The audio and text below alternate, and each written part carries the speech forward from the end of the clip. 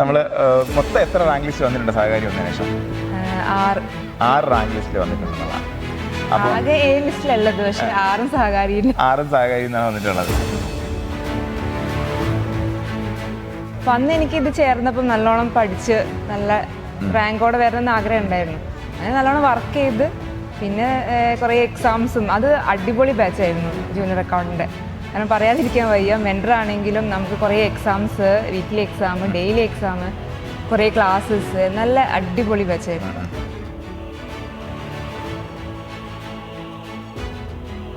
സഹകാരിയുടെ success story series ഏത് series പറയണമെന്ന് വെച്ചാൽ എനിക്കറിയില്ല. കാരണം എന്ന് പറയുമ്പോൾ ഇപ്പോൾ ആക്ച്വലി ജൂനിയർ അക്കൗണ്ടൻറ്റിൻ്റെ സക്സസ് സ്റ്റോറി എന്ന് വേണമെങ്കിൽ പറയാം. കാരണം എന്താ, നാളെ ജോയിൻ ചെയ്യാൻ പോകണല്ലേ.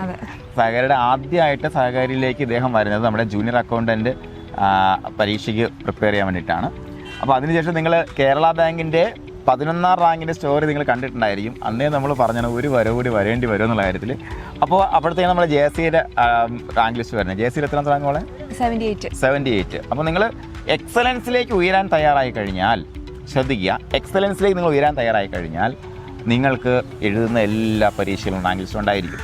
ഭാഗ്യത്തിൻ്റെ അകമ്പടിയല്ല വേണ്ടത്.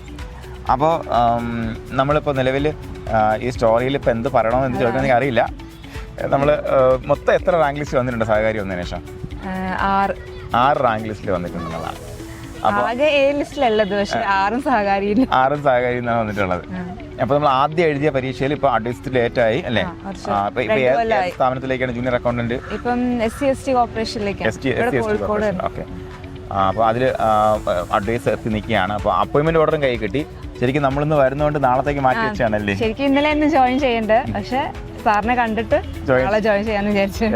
ഓക്കെ. അപ്പം നമ്മളെ ആ ഒരു നമ്മളെ ഒരു ഡ്രീം കം ട്രൂ എന്ന് വേണമെങ്കിൽ പറയാം. അപ്പോൾ അന്നത്തെ ആ ഒരു മെന്റാലിറ്റി വർഷം കുറേ ആയി, ഇന്നത്തുള്ള മെന്റാലിറ്റി തമ്മിലുള്ള വ്യത്യാസം എന്താണ്? അന്നെന്ന് പറഞ്ഞാൽ ഒരു ജോലി കിട്ടാന്ന് പറയുമ്പോൾ ഭയങ്കര ഒരു ആഗ്രഹമായിരുന്നു. പക്ഷെ എനിക്കൊരു PSC കിട്ടുന്ന ഒരിക്കലും വിചാരിച്ചില്ല. അത് ഞാൻ കേരള ബാങ്കിൻ്റെ സക്സസ്ഫുൾ പറഞ്ഞിട്ടുണ്ട്.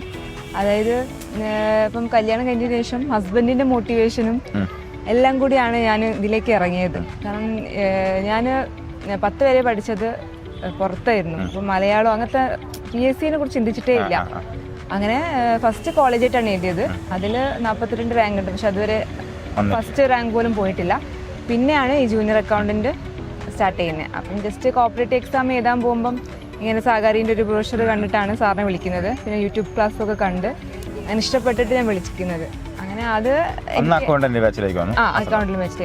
അപ്പം അന്ന് എനിക്ക് ഇത് ചേർന്നപ്പം നല്ലോണം പഠിച്ച് നല്ല റാങ്കോടെ വരണമെന്ന് ആഗ്രഹം ഉണ്ടായിരുന്നു.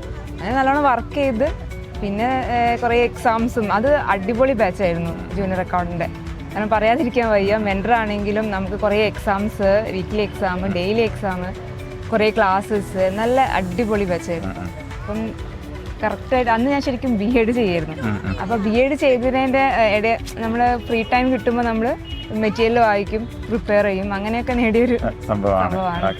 അപ്പോൾ എന്തായാലും അതിപ്പോൾ അഡ്വൈസ് എടുത്ത് നിൽക്കുന്നു. അതുപോലെ JC-യിൽ റാങ്ക് 78 ആണ്. അപ്പോൾ നമുക്ക് രണ്ടാമത്തെ അഡ്വൈസിലൊക്കെ കോപ്പറേറ്റീവ് ഇൻസ്പെക്ടർ ആകാൻ പോവുകയാണ്. അപ്പോൾ അനിഷ ഈ മെച്ചപ്പെട്ട ഈ ജോലികളെല്ലാം ഇപ്പോൾ ചെയ്ത് നോക്കാനുള്ള അവസരമുണ്ട്. നമുക്ക് അത് ചെയ്ത് നോക്കിയിട്ട് ഏറ്റവും ഇഷ്ടപ്പെട്ട് സെലക്ട് ചെയ്യാനുള്ള അവസരം അനിഷയ്ക്കുണ്ട്.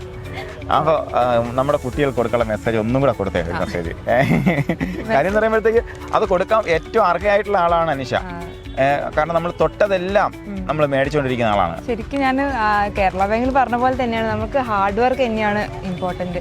അത് നമ്മൾ 101% നമ്മൾ ട്രൈ ചെയ്യുക. നമുക്ക് കിട്ടുമോ ഇല്ലയോ എന്നല്ല, നമ്മൾ മാക്സിമം നമ്മൾ കൊടുത്തിട്ട് നമ്മൾ ട്രൈ ചെയ്താൽ നമുക്ക് എന്തായാലും വിജയം ഉറപ്പായിരിക്കും. പിന്നെ നമുക്ക് ഇക്കാലത്ത് ഒരു കോച്ചിങ് ഇല്ലാതെ നമുക്ക് സ്വന്തമായിട്ട് പഠിക്കാൻ കുറച്ച് കഷ്ടമാണ്. അപ്പം ഇത് ഇപ്പം സഹകാരിയിൽ എന്തായാലും ഒരു നല്ലൊരു പങ്കുണ്ട് എനിക്ക് കിട്ടിയതിന്. കാരണം അവരുടെ കോച്ചിങ് ആണെങ്കിൽ എക്സാംസ്, റിവിഷൻസ്, ക്ലാസ്സസ് എല്ലാം, മെൻറ്റർഷിപ്പ് എല്ലാം അടിപൊളിയാണ്. പിന്നെ എക്സാമിന് തലയിൽ ശ്യാം സാർ എന്തായാലും വരും ഒരു ഗൂഗിൾ മീറ്റിൽ. അപ്പോൾ അതും കൂടി കേൾക്കുമ്പോൾ നല്ല ഒന്നും കൂടി മോട്ടിവേറ്റഡ് ആവും.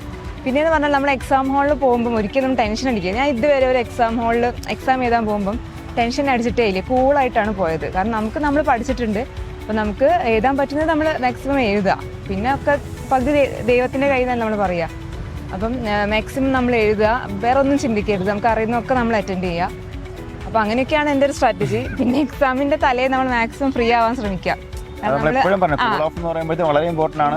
അതെ, നമ്മുടെ ബ്രെയിനിനെ തണുപ്പിക്കണം. നിങ്ങൾ എന്തെങ്കിലും രസകരമായ ആക്ടിവിറ്റീസ് ഏർപ്പെടണം. ഒന്നുകിൽ പാട്ട് കേൾക്കും, ഞാനൊക്കെ പാട്ട് കേൾക്കും, അല്ലെങ്കിൽ സിനിമ കാണും, അങ്ങനെയൊക്കെ ചെയ്യുക. കാരണം നമ്മൾ പിറ്റേ ദിവസം നമ്മൾ കൂടുതൽ സ്ട്രെസ് ചെയ്തപ്പോൾ നമുക്ക് എക്സാം ടെൻഷൻ ആയിരിക്കും.